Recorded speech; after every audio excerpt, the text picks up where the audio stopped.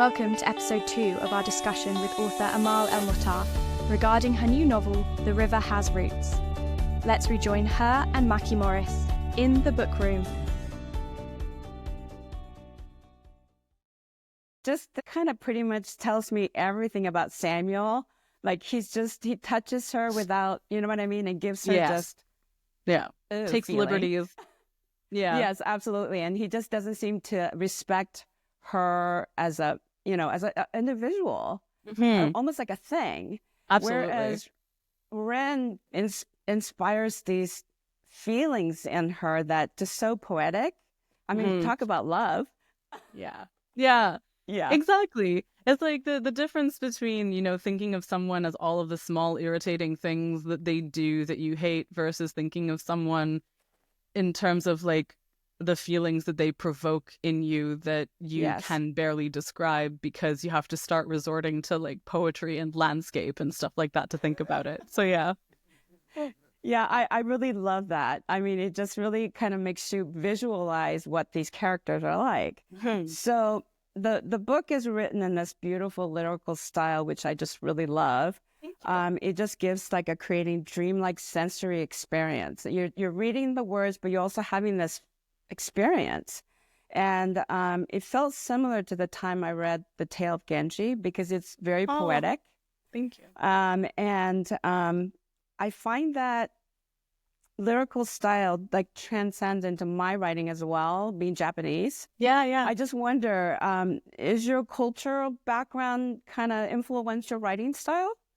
Yeah, it absolutely does.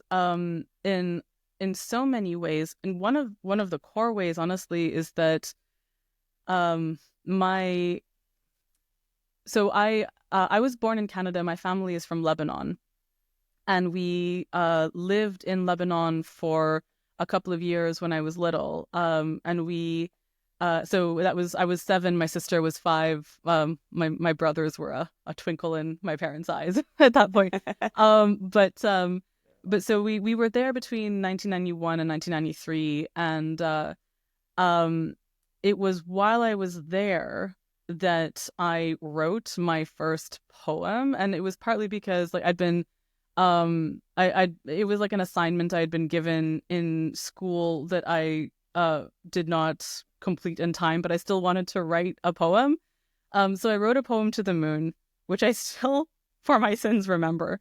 And I recited it to my parents, and they, instead of just kind of being indulgent, like, like macaroni art that you put on the fridge or whatever, they got kind of solemn as they heard this, and they said, your grandfather was a poet, and there's a history of poetry in our family, and poetry is very important. And they really made me feel this place that poetry has in the world, and that if I wanted to be a poet, it wasn't just going to be a matter of like playing with pretty words. They really made me feel that poets have a capital P, that there is a sort of speaking truth to power, using words on behalf of people from whom words are taken, who can't speak, speaking on behalf of those who just can't speak for whatever reason, articulating the world when it is horrifying and terrible. And my parents lived through the Civil War in Lebanon, which I didn't understand at that point. And when we were in Lebanon, that period that we were there was during a sort of lull. And we would go out, and we lived in Beirut, and we would go out into the streets, and there were demolished buildings around, and like there were lots of things that were just rubble. And I just remember thinking as a child, well, this is just how Lebanon looks. This is just the way Canada looks a certain way, Lebanon looks a certain way, and the way it looks is broken. And I remember like at some point my parents realizing that and showing me these like coffee table books of they had like a holographic image of rebuilding that was doing. So they would show like on one side things that had been broken, but then that had been repaired. On the other side there was like, and but so they wanted to show me that it didn't used to look this way, like that things had happened to it. And all of that kind of got mixed up into this ferment around poetry, that they just made me feel like if I was going to write a poem, I was taking a step onto a certain path, and that was going to be important. And the funny thing about that too is that, I took this very seriously as I was 7, and like when you're 7, you're so ready to be given like a quest, and stuff. This was the same time that I was reading, The Hobbit for the first time. Most of what we were reading while we were there was in English because ironically, my parents worried that I would forget English when we were in Lebanon. So I was reading a lot in English, and I was going to school in Arabic and French because of colonialism. So they were concerned that English would get left behind. English never gets left behind. No one forgets English. So sadly, Arabic is my language of least fluency now. But all the same, while I was there, I was reading The Hobbit. I reading Doctor Who novelizations. I didn't know Doctor Who was a TV show. I just thought it was books.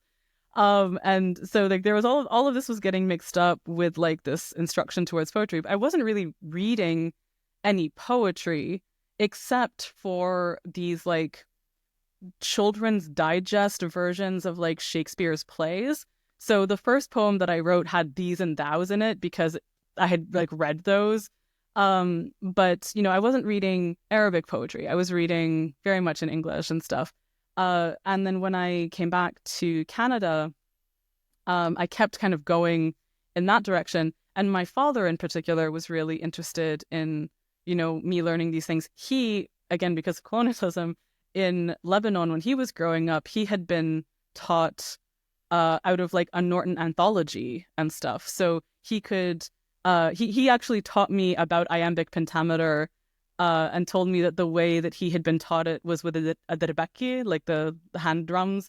So shall I compare the two with summer's day, So all of that to me is kind of mixed up with my family background, with my family culture. And even though I wasn't reading in Arabic, my father would recite my grandfather's poetry to me and tell me that his he spent a lot of time imprisoned for his politics. My father's father, and so my father would tell me that while he was in prison, he would sometimes extemporize poetry off the dome to make fun of the guards who were torturing them and the terrible food and stuff and keep people's morale up. And what we have in our home is actually this piece of that, because many, many years after that, someone came and found my father and gave him this very strange gift of a bunch of toilet paper, because while my grandfather had been in prison reciting this verse that he was making up, the person in the cell next to him had a stub of pencil and a roll of toilet paper and was writing it down, and had kept this for decades, and then found my father at some point and gave this to him. So at home we have this long framed length of toilet paper with my grandfather's verse on it, that came out of this horrific circumstance and stuff. So, and it's always, I grew up with that there as this thing. And I knew my grandfather, I got to meet him as a child and stuff. He passed away before we went to Lebanon. But he lived with us in our home in Canada and stuff for a while first. So all of this is there basically, and it's funny because when I'm writing something that is very, very much about the British ballad tradition, I can't help but still bring any of that in. There's the song that the sisters sing to the willows is a Palestinian song that's it's called Terwidi Shmeli, or the lover's hymn, or the song of northern song. And yeah, so on it's I can say it is specifically that song. I don't mention it in the text, but my sister and I do sing it together on the audiobook. So it's there. It's just described in the text as a song that sort of sounds like Arabic but doesn't quite. And it has like the implication is that it comes from Arcadia. So Arcadia as this like space of magic and potential and history and contemporaneity at the same time, to me, is where I put all of my feelings about the Middle East and about like where my family is from. See, I knew this was a special book. I just knew it. Thank you. So when I was reading your book, it just, I now I could see this background that your poet in you comes out. Thank you. Because the story just felt like you were telling a story, like a painting a story with your words. Mm-hmm. And it just felt really special. And I felt all the emotions. So it's so much. It's that a really wonderful book. So speaking of beautiful things, your book, the cover, and especially the illustration on the inside. How did that come about? Oh my gosh. So the cover is, the brainchild of Face Out Studio did it. I think the main person on it, I'm just going to look this up. I think Spencer Fuller, I think, was the person who was like most responsible for the end result of it. And I think like literally for a different interview, he just wrote a bunch of stuff that I can even quote. So I'm quoting him in an email right now, but this idea of a far-reaching and deep river with all of its tributaries and offshoots felt like looking at a hydrological map in my head, he says.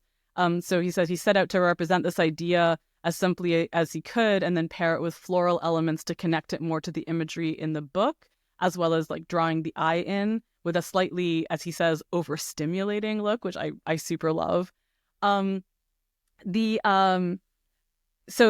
love what I love about it when I look at it is that there's so much contrast going on. There's the kind of wiggly line looks like a hydrological like map of a river. It also makes me think of like a little bit like the London Underground, weirdly. So there's something that feels really contemporary and strange about it.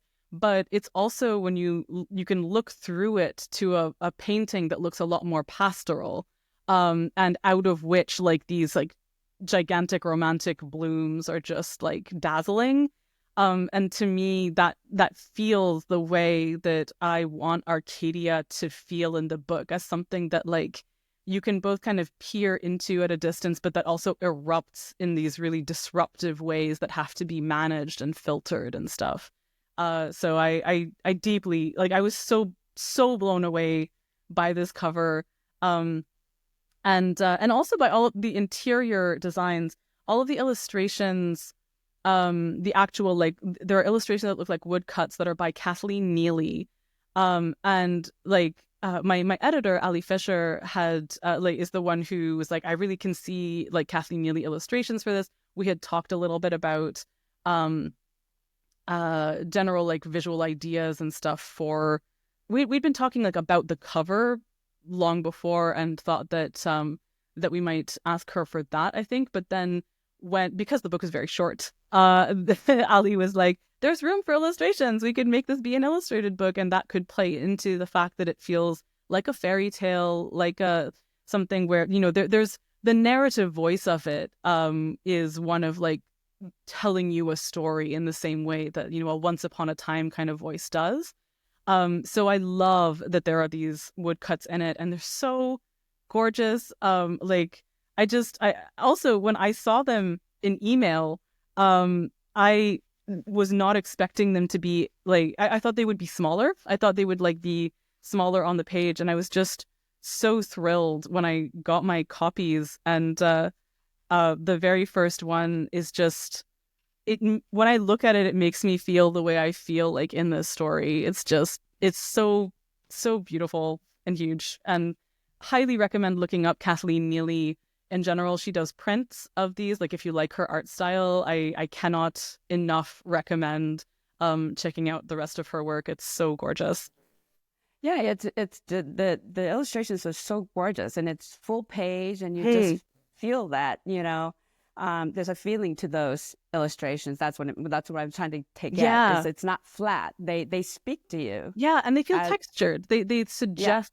In fact, if I'm not mistaken, I think Kathleen actually made wood block. Like I think she actually carved these and made them. I'm pretty sure that's the case. I think she had sketches first, and then she that they are actually block prints. Basically, they're not just like designed to look that way. And I think that's part of why they're so effective to me, is that you look at it and you can feel the full physical process of them ending up there. And when Kathleen also chose all the moments that she wanted to illustrate. Or at least I had nothing to do with it. I don't know if there were conversations between her and my editor that I wasn't privy to, but I loved when I saw them. I thought that she zeroed in on some all the parts that I wanted to have illustrated, and some that I would never have dreamt of having illustrated because it just wouldn't have occurred to me. Like the fact there's a cup at one point, and stuff that she makes so evocative and lovely, and it's truly such a gift. Like I'm so aware of this with this book. The amount of artistry that other people have brought to it, have brought to the words, is so humbling and so wonderful. Like between Kathleen's illustrations and the cover and the production design more generally, like all of the bits of willow that are in between the pages, those aren't Kathleen. I think those are like the layout designers are the ones who put those in.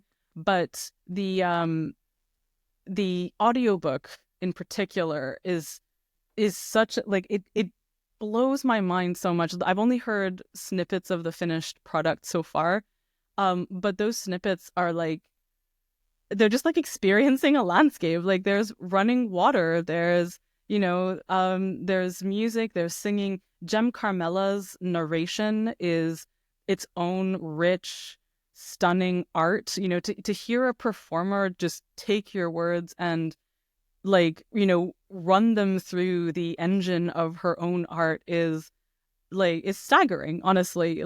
So I feel like I wrote a story that was simple. I just put some words on a page, and then all these other people come in and make it just blossom into something that is so much more than the sum of its parts. And I'm truly just I'm beyond myself with gratitude for it, but also just mind blown by it. So yeah, that's another great segue, because I was going to ask you about your audiobook. Yeah, what that experience was like, and then now that you talked about you singing, yes. Would you want to share a song from their audiobook? Oh my gosh. Yeah, sure. So first I'll say that Steve Wagner of Macmillan Audio was such a dream to work with. In that, I early on in this project, I was like, so this book, it kind of comes from my sister and I sing together. We always have. Anytime I describe the way it sounds when Isabel and Esther sing together is me describing the way that I feel when I hear my sister and my voices blending, which has nothing to do with whether or not other people would feel that way. It's just how I feel. My sister is an actual musician. She, went to conservatory. She plays the flute. She has training. She taught music for many years as well. I'm a dilettante. I play the harp, and I'm very aware of the fact that the harp is a much more charismatic instrument.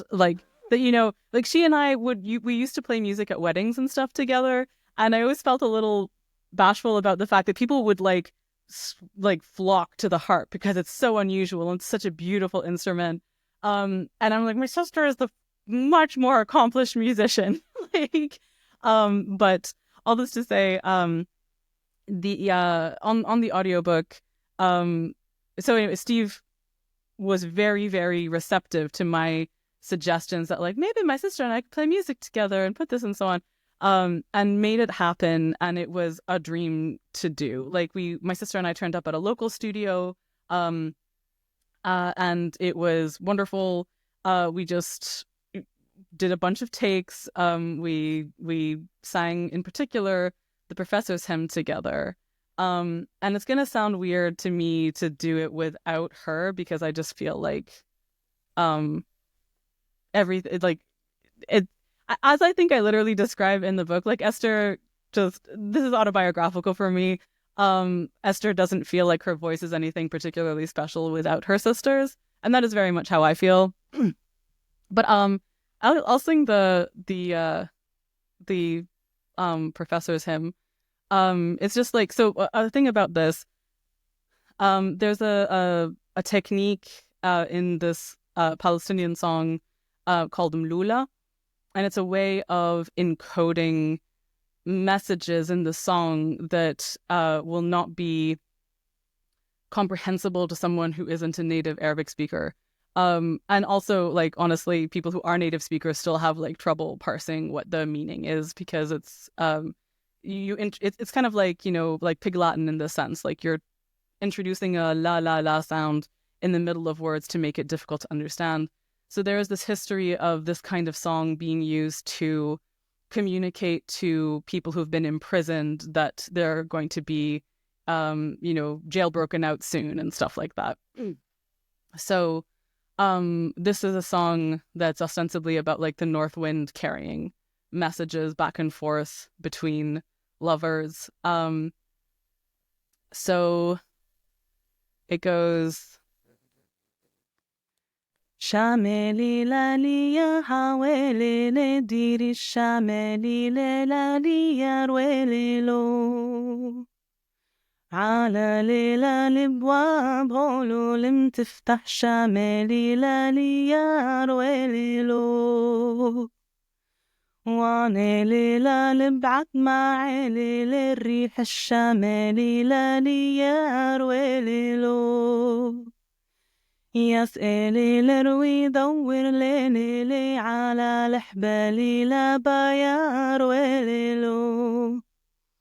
And then it just sort of repeats. That's beautiful. Like thank you. That is so beautiful. Thanks so much. Thank you. So my sister and I sing that together in the background of a lot of the stuff that Jem is narrating. And yeah, I want to say, if I can shout this out as well, I first heard this on an album called Zajil by El Funun, Palestinian dance troupe. It's like a 2014 album.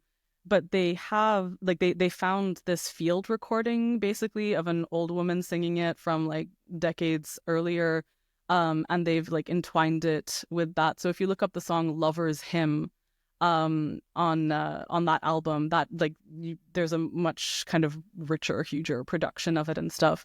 But yeah, I really wanted to combine the fact that there's a sort of secret keeping in the song itself, and the fact that my sister and I get to sing it together on the audiobook is its own sort of like encoding of this sort of secret thing there.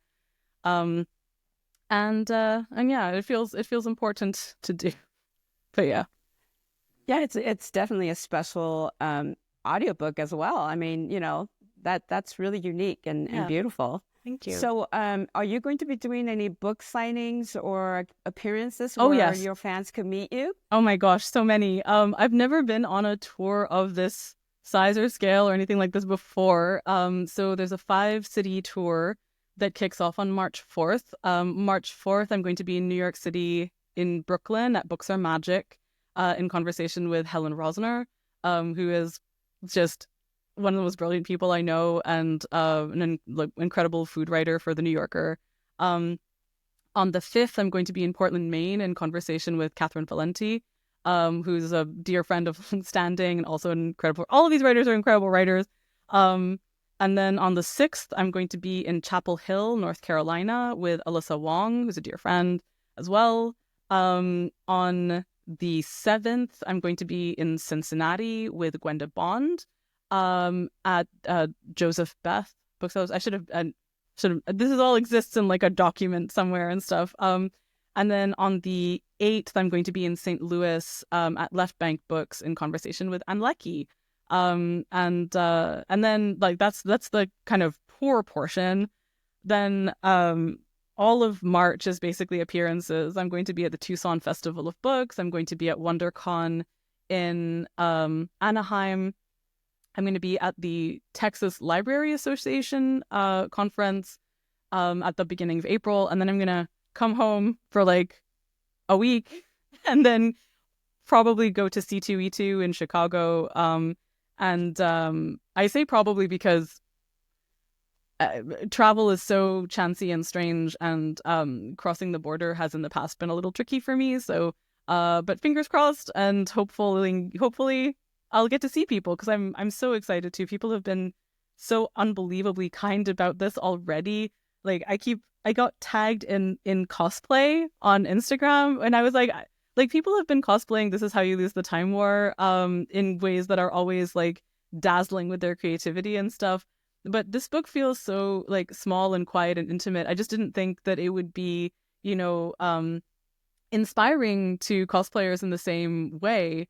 So to see people like, get dressed up in period clothing with a harp and a flute by a river and stuff just made me like honestly like want to cry. It was so cool. So I really hope I get to meet people, and most of those places are places I haven't been in the States before. So I'm especially excited to go and see them, however briefly.